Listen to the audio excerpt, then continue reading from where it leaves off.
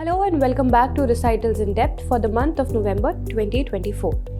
We'll be reading across topics like biotechnology, general science, space tech, etc., specifically covering some interesting topics like black hole triple system, nickel toxicity, what has been the operation Dronegiri, what are cell-based biocomputers, including others. So let's quickly start the discussion. So students, first of all, we'll begin with reviewing the index from the month of November. So here are the following topics. These are very interesting ones and we shall be exploring them in detail in this session. Starting with the first topic, which is ultra enforcement concrete. Okay. Now first of all, to which part of the syllabus does this portion corresponds to? So for that, we first need to understand the context. So recently, Indian government has decided to put a cost cutting on some of the infrastructure projects in the basic building material of these infrastructure projects. Most of the infra that you see around you, the metro lines or the railway infrastructure, the bridges, the roads, mostly are made up of concrete. This concrete is not only taking a lot of carbon footprint, but is also very, very costly. And when we talk about a specialized type of concrete, which is the reinforcement concrete, a more strengthened concrete, which could take up a lot of load from running vehicles, for example, the metros, for example, the flyovers, the bridges. This reinforced concrete is further more expensive. So now, as we know that our government is taking up the responsibility of enhancing the infrastructure around the country. There are multiple schemes which is facilitating that. Could you name one? So we've got PM Gati Shakti schemes, right? And many other schemes like that. So government is with the intent that we have to revamp the infrastructure. Now, that also means that the expenditure will also be higher on the governmental side. And in order to reduce the cost in some of the possible cases by taking examples from best practices going on across the world, we are trying to build infrastructure which is not just resilient, but also sustainable and also cost effective. And therefore, my dear students, government has decided to reduce the cost of the construction of public infrastructure by 25% with the use of not just reinforcement concrete, but ultra enforcement concrete. So where is it going to be used? It is going to be used in public infrastructure, and that too particularly to be used in two specific areas. One is to develop the metro lines, because a lot of metro lines are upcoming, right? And the second one is to create bridges across the country, because as we know that Indian bridges are wearing off from a problem of being very, very old. Some of them, in fact, majority of them, more than 50% of them are more than 100 years old. And as a result, we see a lot of faulty bridges, which has been quite a ruckus this year. You've seen a lot of news coverage across various areas where bridge collapses have happened, railway collapses have happened. So in order to strengthen that infrastructure, government has decided that they will be using ultra enforcement concrete, which not just enhances the resilience of the infra, but also is more cost effective, would be reducing 25% of the cost. Now, taking you to the first question again, that which part of the syllabus, ma'am, should I apply this knowledge on? So, one is obviously GS3, where we read about infrastructure development, and infrastructure is a very important topic from mains point of view, because government really is concerned with developing good amount of infrastructure in India, right? Via developing Bharatmala, Sagarmala projects, there is huge investment coming from PM Gati Shakti project, right? So one is coming from infrastructure, and second, again from the innovative solutions from science and technology. So this is innovations in technology, because we are building something which is cost effective with the help of science and technology. Now here, it is known for exhibiting exceptional mechanical properties. What are some of the exceptional mechanical properties of a material? Something which is able to bear two things. One is the stress, how much load it can take per unit area, and how much strain can it resist. Strain means while putting a force or a pressure, is that material getting elongated, getting stretched, or getting broken away or not? So it has got exceptional mechanical properties, that is to withhold the stresses and the strains. It has got high durability, it has got high strength, and it is resistant to cracking as well, which is a very big menace of our current bridges and the railway lines and the metro lines, correct? Next, what are the key characteristics? We have already read most of it. An important one is reduced permeability. Now, when a material allows permeability, it is allowing water to seep into it, water or chemical solutions to seep into it. When such molecules will start seeping into an infrastructure which is of that much importance, it will try to erode it from within. It will lead to erosion of its mechanical strength, chemical strength, right? This is therefore not that much permeable as compared to an ordinary concrete or an ordinary cement. So henceforth, because the water penetration is reduced, its durability is enhanced. Talking about the next part, that this is a kind of technology transfer that we are taking from another country, which is Malaysia. So we are taking this technology from Malaysia. This is something which you can use in our relations with ASEAN countries or Southeast Asian diplomatic relations. Okay. Now I would like to take this opportunity to bring your focus towards another very, very important topic for UPSC, which is how to build a climate friendly or a green infrastructure. Now this is something that examiner can ask you. So there are few characteristics which these materials should take care of, or the builders should take care of. First is that they should be derived from the renewable sources which can be very easily replenishable. So which means the source of creating that infrastructure itself is renewable. Can you name some examples? For example, we can use hemp fibers. Hemp are trees which grow in Himalayas. So you can use hemp, you can use bamboos, you can use wood.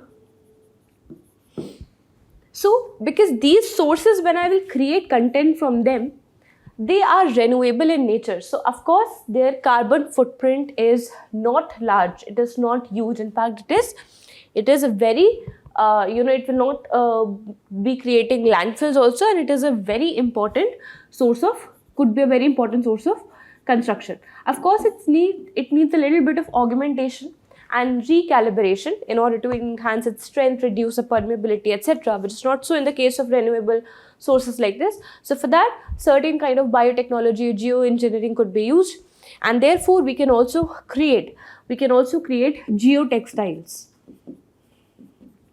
You must have read this news. Geotextiles, and this has been a PYQ also, by the way. Geotextiles have been used in creating roads in many parts of the India. Okay. Then the content should be recycled one, which means, let's say a road has broken off, so it is already consisting of asphalt, it is already consisting of concrete. So why can't I use it again, recycle, heat it up again, melt it down, and then again lay the road with the help of that only. So this means that I am again reducing my carbon footprint by using the recycled content. Now this could be recycled. How many things we need to recycle? Name some of the pollutants. One of course is plastic. Okay, so we can create roads or infras from reinforced plastics. Then we have another major pollutant, which is fly ash. So can be a lot of roads can be created from fly ash also. Of course, recycled concrete, recycled asphalt. Question on asphalt has been asked by UPSC, right? The entire intention is to lower down the carbon footprint, so that whatever infrastructure, which is basically the demand, we have to create an infrastructure to become developed in nature. But end of the day, it has to be carbon friendly. Okay. Then we also have to ensure that it embodies low energy. So for example, a space like this, if you have natural glasses in it, it would shut down the requirement of putting in a lot of lights to light up the house, because it will get lit up by natural lighting. Okay, so infrastructure like this, which is well thought of, well planned of, which embodies low energy. For example, we are creating concrete, and that concrete is taking a lot of heat. So it is, of course, it is not only generating a lot of pollutant, but using a lot of heat in the production process. So to cut down that heat requirement in the production process is also required. That would again require a lot of advancements in the in the geotextile technologies. So this is low embodied energy requirement, and of course biodegradability. Whatever I'm using as a source material, I have to ensure, and I should be ensuring at my best, that it is biodegradable in nature, so that it doesn't create another upcoming problem, which is the unrecyclable landfill, which is a growing problem, especially in regions like Delhi. We have Wazirabad over here and many other places. So these are the key characteristics which we need to ensure. Now, we already have seen quite a few examples of green infrastructure and how to create it. When we are choosing it, what to look for, we should look for the local availability of the same. Which means if my village, if my area is not having bamboo plantation, then I should better be creating something out of recycled plastic or something which can be naturally sourced from nearby, so that the transportation cost, the excessive logistic cost could be cut down. So therefore, local availability should be given a preference. Second, performance requirements should be there. What all the requirements are there for that particular infrastructure, and it keeps changing. It could be different for creating a district road, could be different, entirely different from that creating a an overlay bridge, as in it could be different for creating a, let's say, district road, or let's say for creating something which is bearing a lot of load, for example, the railway lines, the airports, the infrastructure projects, like like the overlay bridges, metro lines, etc. So we should see whether it is fulfilling all the performance requirement and not. Cost cutting should not be the first priority. Okay, so we should move in this priority, and then of course we should see the life cycle analysis. Where are we sourcing it from, and finally where is it ending it? Is it ending into another pollutant, another menace for the environment, or is it easily biodegradable? So these are the things that we need to look for. Now a question could come to you, that can microorganisms be used, for example, can fungi, etc., can be used for creating environmental friendly infrastructure or not? That is a question I'm asking to you. Try to use the best of your senses and try to answer it, because this could be another question. Because in UPSC, they are not just asking you about this topic in the mains examination, but also in prelims examination. I've shown you the example of asphalt. I've shown you the example of biotextiles, geotextiles. These are some of the questions that have already been asked, because this is a growing problem for India. One is the infrastructure deficit, and second is the lack of environmental friendly solutions for the same. So we can get it. We can get some of the best case studies from Malaysia, how they are using the ultra enforcement concrete. We can get it from Japan, who are using bamboo to create their roads. We can use the example of France, which is using geotextiles to fabricate their roads. Similarly, we can think about how to create better options, and this question would be, can microorganisms create some of the infrastructure for us or not? Okay. Now the next topic is about the luminescent nanomaterial. Let me first bring forward the context to you. So there is an Indian Institute of Nanoscience and Technology, and this is based in Mohali. So they have been doing a lot of inventions in the field of nanotechnology. One recently being that they have, in order to defeat the problem of counterfeiting of the currency, they have innovated a bioluminescent nanomaterial. Now, what exactly is this material and what is it used for?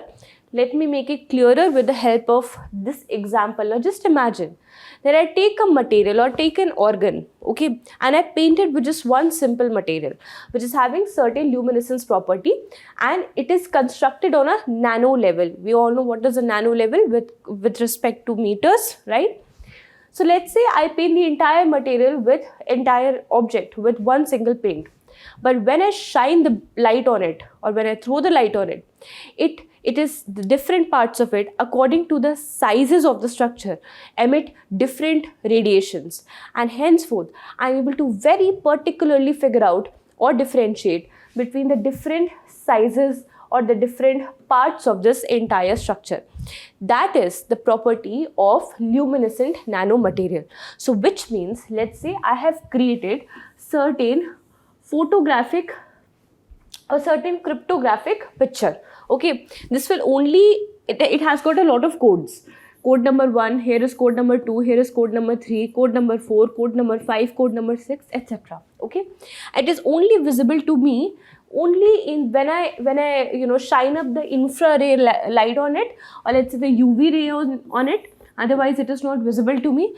And when I shine up this light, this particular light on it, it will tell me this entire code, and this is how I will be able to check whether this note, whether let's say this currency of my country is correct or whether it has been counterfeited. So already we were using such bioluminescent material. You must have already seen something is shining on your note, right? On your currency notes. That is because of the bioluminescent material. But the problem is that the codes inside it are only visible under UV rays or under certain specific wavelength. It is not very easily visible through, not all the things are very easily visible through, the visible light or through the naked eyes. And as a result of it, it is very easily duplicated. It is very easily counterfeited. So now they have created something which can show luminescence property. Material, the paint, which can show the luminescence property, not just in the daylight, but also under the infrared conditions, the UV ray conditions. So in different wavelengths, it will show luminescence of different colors. Okay, so this will help us to encode better, and this will help us to identify whether the currency is the honest, the real currency, or whether it has been counterfeited. Okay, now we will quickly look into some of the properties and application, because it can go beyond detecting the counterfeiting currencies, right? So first is we look into the property. So property is that it exhibits size dependent emission properties, as I've already told you. Let's say if a structure has got smaller particles, they will emit a different kind of wavelength as compared to some structures which are having bigger molecules, right? So therefore it not just gives you the sense of the structure, but also very clearly classifies or differentiates different part of the structures as well. Okay, so size dependent emission is there. Second, these nanoparticles are doped with the rare earth elements. Rare earth elements specifically, these are not radioactive, rare earth elements which are very, very stable. So which means that they have longevity. They don't erode themselves. Their lighting property, their luminescence property doesn't dilute itself with the passage of time. Like could be seen in case of certain stickers, certain certain luminescence stickers we all use or must have seen in our childhood, right? They start fading away, but they don't fade away. Okay. In the last recital also we have read something about bioluminescence, so you can take a reference from that lecture as well.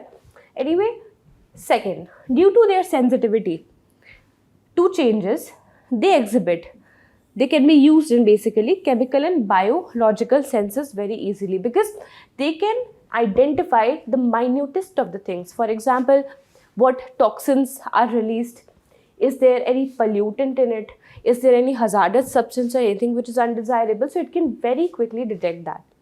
Second, the luminescence helps monitor the location and release of the drugs within the body as well. So it can be also useful for delivering the nanomedications in the form of precision medicines. So a lot of areas it has got its application. So let's also quickly revise the application then. So of course, it has something which is emitting out the light. So it can be used in bioimaging, which means it can be used to image the inner body parts of any organism, be it at the micro level or at the macro level. Okay. Second, to create security features for the banknotes which cannot be easily duplicated.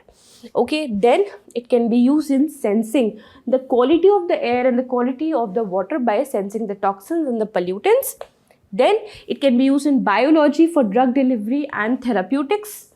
And this particular type of therapy is known as a photodynamic therapy. Okay, what happens generally is that here the light activated nanomaterial. So these are the nanomaterials which will only get activated once they are hit with a particular amount of light or a particular nature of light. When they are activated by hitting it with light, they generate oxygen. And oxygen is required to kill the cancer cells, right? So This is also a photodynamic therapy which can be used as anti-cancer treatment.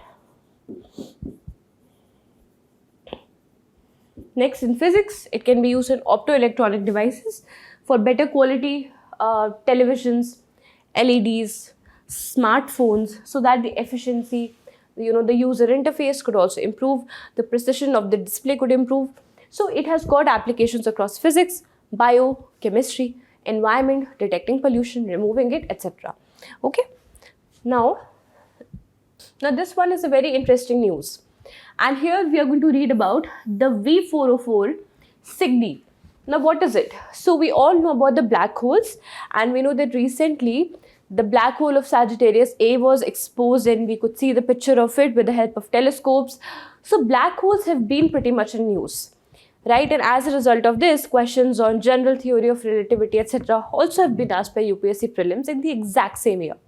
A very different event is also taking place this year, which is the observance of 3 black holes together in synchronity, and this is known as a black hole triple system. Black holes, my dear students, generally exist in a binary system, by which I mean that there will be development of one big hole or a big black hole because of the collapse of, why does black hole happen? Because of collapse of a very gigantic star. I have already taught you in various recitals again and again that our sun, something which is size of our sun, those stars will not be becoming black holes, they'll be converting into white dwarf. There will be someone who will be getting converted into black holes, right? So these are very massive stars where they kill themselves. When they die out, they become black hole. The gravitational pull is so large that they start attracting the other objects even to the size of the other stars. So let's say it's attracting some other star. Now because of the gravitational pull, the massive gravitational pull of this black hole, this star eventually will start revolving around it. And this is a binary black hole system. Now it is not necessary that this will be a star only. It could be another thing. It could be another black hole as well. Now if a black hole or a star are individually revolving around a single black hole, then the system is known as a binary system. But what if this is happening and suddenly another star or another black hole comes and it also starts orbiting around this binary system? Then, as you can see, we have created a triplet, and such triplets are very, very rare, and therefore they have been observed recently, which made a very big news from the perspective of science and tech. So you can see that these black holes have been interacting with each other. Why is this news important? Because of many things. First of all, it will finally help us to see whether the general theory of relativity is applicable in a very unique space dynamics like this or not. So you'll be able to test the general theory of relativity even better in this scenario. Second, don't you think, one is the general theory of relativity and we can verify it in such scenarios, right? Then don't you think that when a black hole interacts with another black hole and then both of them are interacted by a third black hole, the amount of distortion it will bring towards the entire space-time fabric around it, that would be giant, that would be enormous, and would also help us to understand how exactly the origin of the universe happened, or how such systems can change the composition of the universe. So these two things also we can read from such observations, right? How they can observe or how they can impact the space-time across the Milky Way galaxy, because you should also know this phenomena has been observed in Milky Way only. About 8,000 light years away from the Earth. So for which you should also know there are certain astronomical distances. Okay? Because we know that these are very, very far off away from us. It is not technically feasible to calculate such distances with the help of meters and kilometers. because otherwise we have to really calculate a lot, something which will not even confine itself to the modern computers, right? So therefore we take certain units.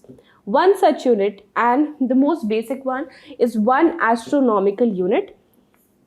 The second one is a parsec. The third one is a light year, okay, in increasing order of distances.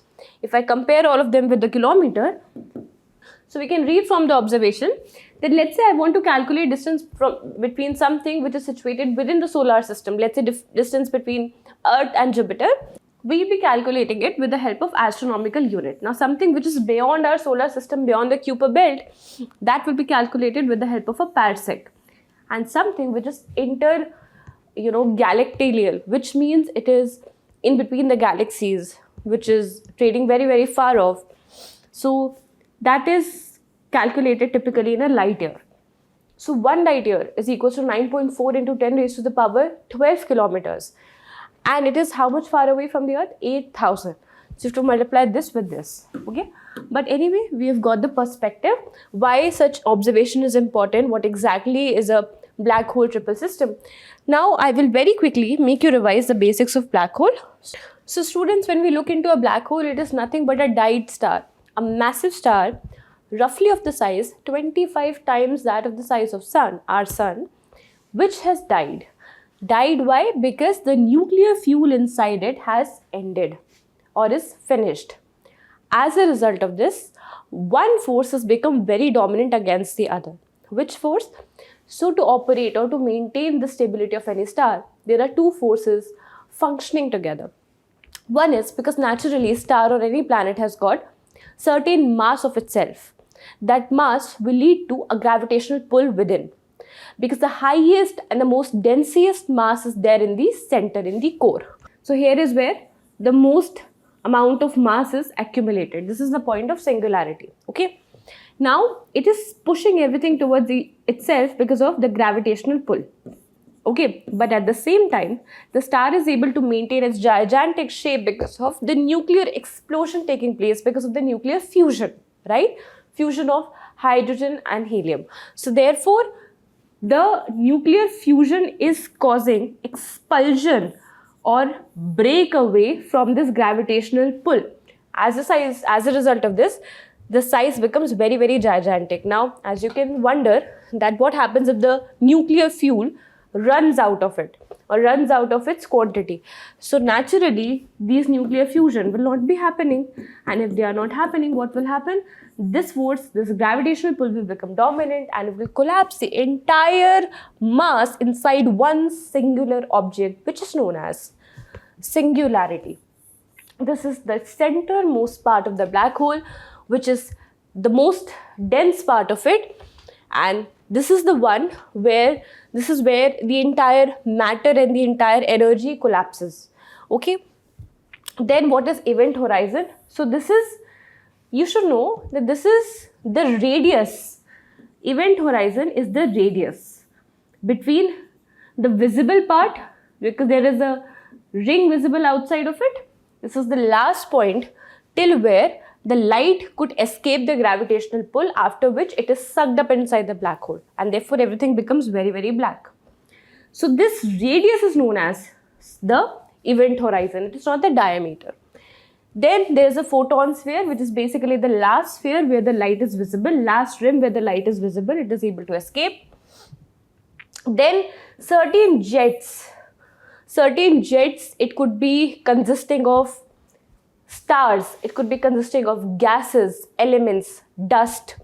They emit outside of the black holes, or the black holes either could be pulling them with a very high speed, therefore they are known as jets. So these relativistic jets are also present. So if this one black hole is able to create such a powerful jet, just imagine when a triple set comes together, it will be able to create a lot of jets and therefore alter the composition of the universe in its own way, right? Then there is accretion disk. This is the disk comprising of this entire disk that you can see, comprising of the dust particles revolving with a very high speed under the gravitational influence. It is accretion disk. So I hope we have understood the structure and the cause of the formation of black hole. Now moving to the next topic. The next topic is about analog space mission, which is India's first analog space mission. This is launched by ISRO, and this is basically to simulate the space-like conditions in parts of the Earth which have got extraterrestrial environments. So of course, one particular place has been quite a news very this year, which is Hanle, Ladakh, right? So we have seen that Indian Astronomical Observatory has been set up in Hanle, Ladakh. In fact, in the last recitals, we have read about the Cherenkov telescope, which was also set up in Hanle, Ladakh only because of the minimal light pollution, very, very clear skies. And not only that, the condition, the simulation of the environment in Hanle, Ladakh is such that it simulates many of the extraterrestrial planets, for example, Mars, for example, Moon. So when we are endeavoring towards the human spaceflight missions, for example, the Artemis mission by NASA and ESA for the human spaceflight mission across for moons, and for our moon, and then we have got Gaganyaan mission. So a lot of simulation has to be done before we can actually experiment our humans to go to the space. So for that purpose, a lot of countries have already been using the analog space missions.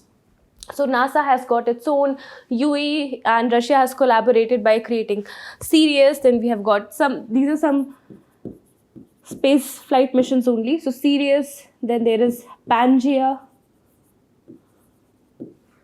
and Nemo of USA. So this question could come up to you that Sirius, Pangea, Nemo recently seen in news are what exactly? So these are the analog space missions which are basically simulating the extraterrestrial conditions in specifically areas of the Earth which are having extreme environment. For example, something underground water, or in the Arctics or in the Antarctics, or somewhere in full desert, so that you get to have the extraterrestrial conditions, which is one is the pressure condition. So as you can see that Hanle is located in very heighted area, and as a result the pressure is quite low over there, which is very, very similar to that of Moon. And then the temperature condition, which can be extreme. You will not get any water, so there will not be any biota also over here, and also the skies will be very clear. Okay, clear skies. These could be some of the features why Hanle has been preferred as the Sky Space Laboratory from India. So talking about these laboratories, of course, the analog space station, we don't have any particular Indian name for it as of yet. We just know for a fact that analog space mission has been created in Hanle, Ladakh by ISRO, and it has been collaborated by various other things like the Ladakh Autonomous District Council has given its fund, IIT Bombay has collaborated, Ladakh University is there, and many other astronomical institutes have come together. No indigenized name as such. There are specific names to these things. So Sirius is created in Russia, in extreme atmospheres, landscapes of Russia, and here the collaboration is between Russia and United Arab Emirates. Then Pangea has been created by European Space Agency, and Nemo by NASA. So what is the significance? We've understood what exactly is this analog space mission and how is it going to help us in enhancing our capabilities, research specifically in human spaceflight endeavors. Okay, moving to the next topic now. The next is the nickel pollution or the nickel toxicity. Now this is a new type of toxicity. This is referring not just to the GST part of the syllabus, pollution in the environment, but also about general science as to how nickel behaves. Nickel, which is basically a heavy metal, has got the atomic number of 28.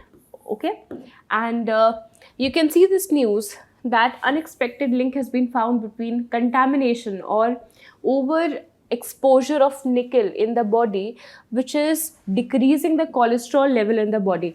Now, why is this a problem? Cholesterol, historically, we've been knowing that this is a very bad thing. It's not good for the body because it creates plaque around the blood arteries, block them, and leads to cardiac arrests, right? Still, we know that there are two types of cholesterols. One is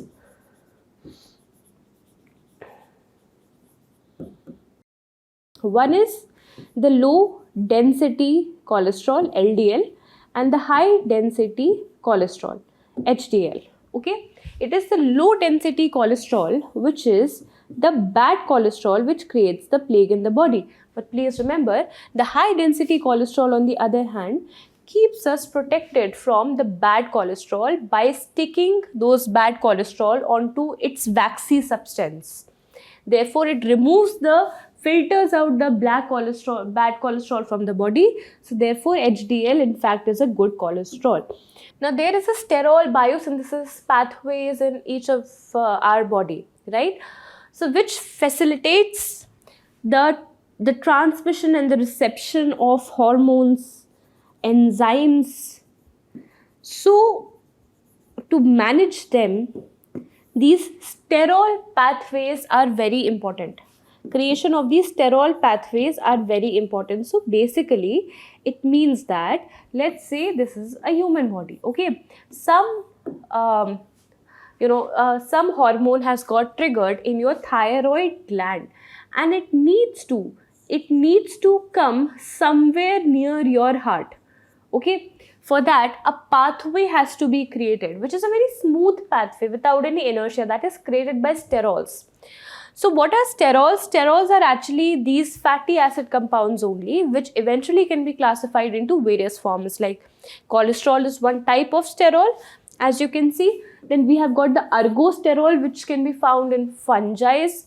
Then we have got the plant phytosterol, which can be found in the plants also, which is an example of good cholesterol. So these cholesterols, these are the facilitators of providing pathways to hormones and enzymes in the body. And not only that, if you talk about the function of cholesterol in the body, they maintain the shape and size of the molecules of the organs of the tissues by not letting them become too dry, not letting them become too wet, right? So that is the function, the role of cholesterol. What happens is, when a body has consumed a lot of nickel, and it is not just about human bodies, we tend to give a lot of importance to macroorganisms like humans, but it also impacts a lot of fungi. So their ergosterols, as I have told you, the ergosterols of fungi have also exhibited a disruption in their sterol pathways when they were contaminated by nickel. Now, nickel is a heavy metal which can be found readily available through natural sources also and through various anthropogenic sources also, especially when we are creating a lot of electronics or we are digging deeper into the earth for water. So all these things are leading to nickel contamination naturally in the soil, in the water sources, etc., which eventually enters the food pathways of the organisms, and this leads to heavy contamination. Nickel contamination has not been a very big problem. Of course, any kind of heavy metal has got certain permissible limit, beyond which if you consume it creates problems only, be it the uranium contamination or any one, right?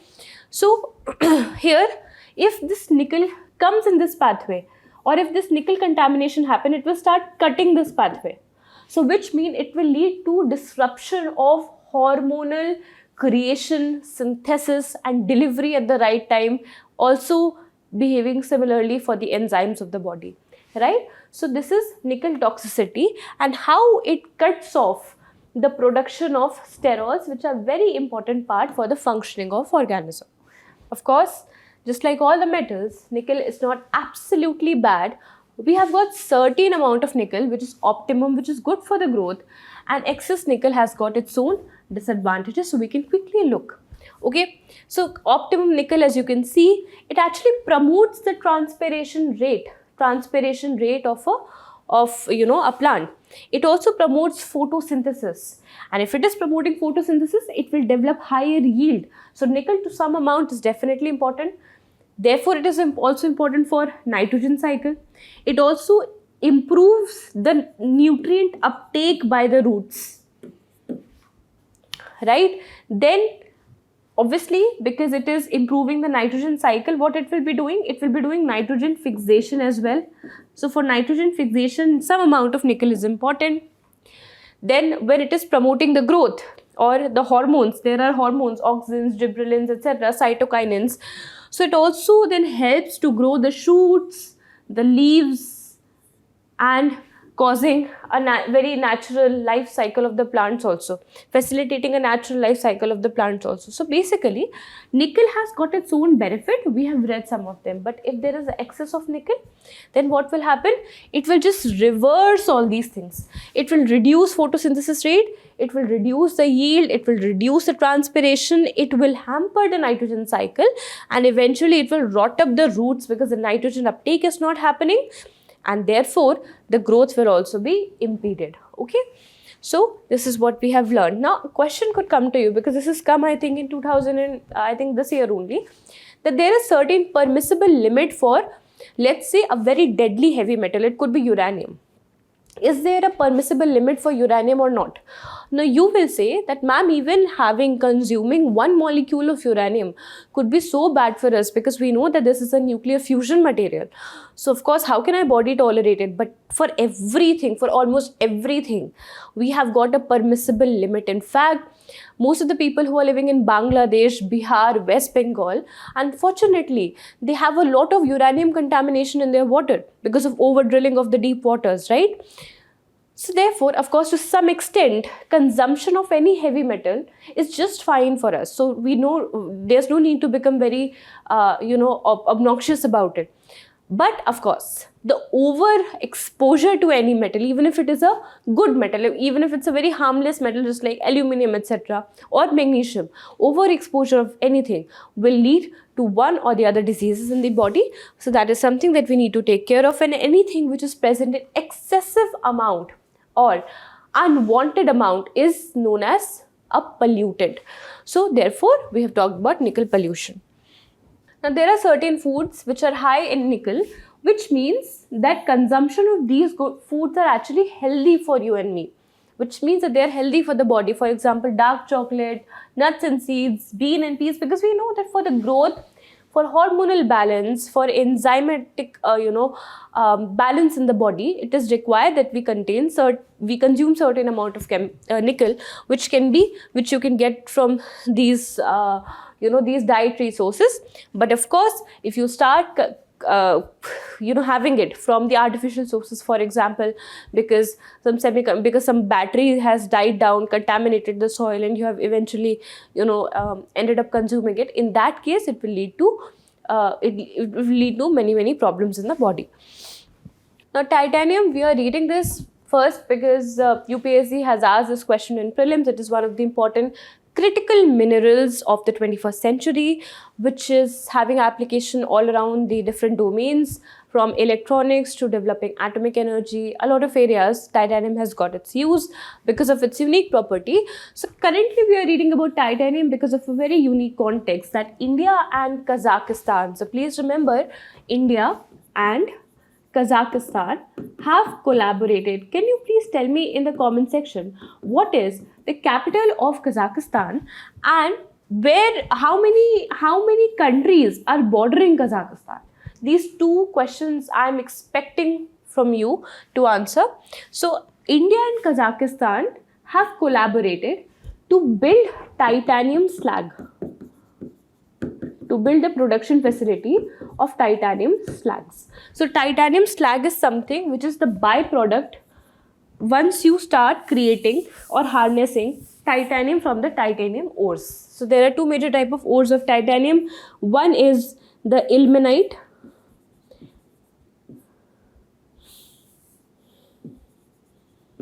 and the second one is the rutile. The formulas are TiO2, Fe, TiO3.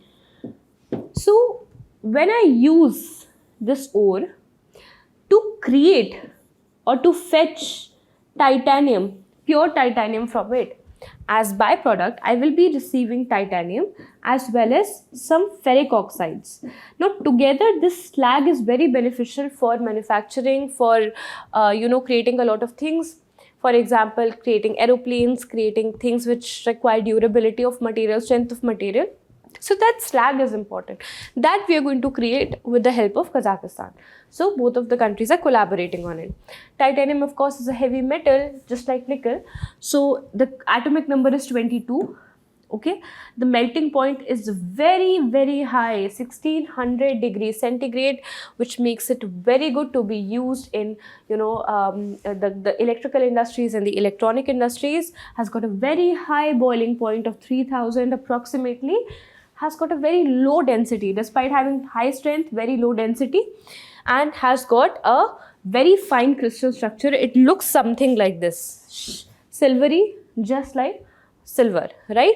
Now, which makes me ask another question. Can you tell me what is a German silver made up of? It is an alloy, and can you tell me what German silver is made up of? Or is it containing silver at all or not? And why exactly is it called German silver? Okay, that's a question for you. Here exactly is where titanium is located in the periodic table. I have already told you that this is the S block group, okay? This is the P block group. These are the transition elements. This is because these are pure metals. S block are pure metal. These blocks are non-metals, and these are transition. They're somewhere between metals and non-metals. So therefore, transition are the D block elements, and these actinides and lanthanides are the F block elements. Okay, you will find your uranium, atomic minerals mostly in the F block element only. Okay. Now, what is the reason that there is a growing frenzy about titanium? Why titanium is most suited in many industries? First of all, is because it is corrosion resistance. So because it is corrosion resistance in many facilities, especially where we require desalinization of the salt water. So anywhere we are feeding the industry with the salt water, we would be requiring it, because this material doesn't get corroded with salt, right? Which ordinarily the other materials could get. For example, aluminium could very easily be corroded by water which is containing salt. So it is heavily corrosion resistant, having a very high melting point and a boiling point of 3000 and 1000 degrees centigrade respectively. It is also very durable, and along with being durable, along with being having good strength, it also has got very kind of lightness in it, and therefore this is one of the results why aluminium is used for creating aircrafts, right? So similarly, it can also be a perfect material for aircraft construction. Next is, many paints are containing titanium dioxide because it gives a very whitish silvery tint, as I have displayed in the picture. Also, in the toothpaste, the whitening agent of your teeth is titanium dioxide. If you doubt it, you can actually go and search for yourself. And the premium gems, like some of the sapphires, which could be artificially also created, these are also containing of titanium because it adds on to a very sparkly shine to these gems. Okay, so this is the utility of titanium. And finally, the question I was talking about, this is from UPSC prelims 2023. These two odes were given and you were to tell the exact mineral of these odes. So it is, of course, titanium. This question was asked because of the following reason. Titanium was in use because the critical minerals are in use. So if you're preparing for the exam, whenever you see any critical mineral which is determined by two things. One is the rare availability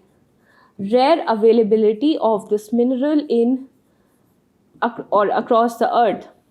Majority or most part of this is found in Russia and China and Kazakhstan, that Central Asia belt. Along with it, it is also vulnerable to supply chain disruption. And it is very important. So its utility is very high in today's modern world, in 21st century. Because it finds application not just in aircraft, but electronics industry, everywhere. Right? So the modern machines are made up of these critical minerals only in one form or the other. Okay, so these are the critical minerals. Can you name some of the critical minerals for me? Just 3 of them. Let me see how many of you can recall it. Okay, so the answer is titanium, and similar question you can expect in the upcoming examination. In the next topic, students, we will be reading about a new type of sugar. This is allulose. So the thing is that in today's days, when we all have become very health conscious, and we must be, sugar is touted to be another form of a drug, which is not just making us addict, but also causing a lot of non-communicable diseases in bodies. It is not because of the sweetness of the sugar. Sweetness you can get from a lot of sources, but first of all, it is the widespread availability of the sugar, because after the Industrial Revolution, the production of sugar spiked up because sugar gives you the instant rush, instant carbohydrate, instant glucose or energy, which is very helpful for the workers back then. Not only that, it is something which is getting used in almost all the fast food items, almost all the store items that we purchase these days. Everything from your chai to, let's say, the basic sugar-free curd that you are getting, the yogurt that you're getting from the market, that also contains sugar. So because of its widespread popularity, availability, production capacities of the countries, sugar, or obviously you should also know that India is one of the top most producers of sugar in the world. UP is the state with highest production in our country. Okay, and the second one is Brazil. So anyway, talking more about sugar, we know that why is it harmful? Not because of the sweetness, because of the calorie content, which is approximately 70% in 1 gram of sugar, right? So we need to find natural alternatives which not only gives us more sweetness so that we consume lesser amount of it, but is also calorie deficit. It is also not having that much calorie, right? So one such has become popular specifically in South Korea, and they are innovators of most of the diet conscious things that we consume. So this is from the plant fig. Okay, so the fig, a kind of dry fruit that is consumed in India also. So they try to finesse the powder of it, and then they have been using that sweetener, and it has become very, very popular, especially in Western countries in South Korea. What are the other sweeteners? Because this is something mentioned in the NCRTs also. Because the artificial sweeteners, while they provide you the sweetness, they are not having that much calorie content, which is good for the health. So therefore, the sugar-free natura is there. A lot of artificial sweeteners are there. So we should try to resort to those options. Now, UPSC can also ask you this question, that aspartame, saccharin, allulose are type of which of the following eatables? So it is a form of artificial sweeteners. All of them are form of artificial sweeteners only. Why are they artificial sweeteners? Because they exactly don't contain the carbohydrate composition of sugar molecule, okay, which contains of a very heavy carbohydrate, polysaccharide one, not very easily digestible by the body. But they are derived first of all from the plant sources, natural sources, and they are good for the body because they do not contain that much calorie content, right? And of course, they impart sugar. The sweetness is, roughly 10 to 40 times that of sugar. So only a few drop is enough to get that kind of sweetness. And this is specifically useful for people who are suffering from, cardiac issues or from health issues, having any non-communicable disease. So kindly promote yourself, specifically your parents, to, move out from sugar and try to use more natural sweeteners like these. Okay. Now, for more topics like millimeter wave transceivers, 6G technology, what is the difference between them and 5G technology, what is a cell-based biocomputer, what is space program, Operation Drone Giri, stay tuned to the next part of Recitals. Till then, bye.